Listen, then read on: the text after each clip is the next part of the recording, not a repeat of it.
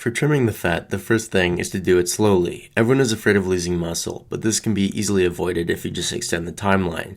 Give yourself the full summer. When I take 3 months to do it, I look like this in late August. Still good muscle, just lean. When it comes to actually losing the weight, decrease the window in which you eat. This time of year, I don't eat anything until noon every day, and I try to not eat close to bed, especially sugary things. Another thing that helps is decreasing carb intake, or rather, when you eat carbs, and I would say supplement your diet with high-quality fat. They say it's just the lack of carbs that puts you in that ketogenic fat-burning state, but I have to believe actively taking fat, especially in those windows in which you're not eating, like first thing in the morning, bone broth, or maybe some nice coconut oil in your coffee, actually encourages your metabolism to start metabolizing fat and using fat for fuel in the absence of those carbs. This is just what I believe. So yeah, I guess that morning fast until noon is really just a carb fast. And then there's output. There's no way around it. You have to increase it. Start running and hiking as often as possible. If you can do this in that fasted state, even the better. This should also help your body start metabolizing fat. One final note, carbs are not bad, nor is sugar. It's just the refined stuff that spikes your blood sugar that's bad. There's no need for it.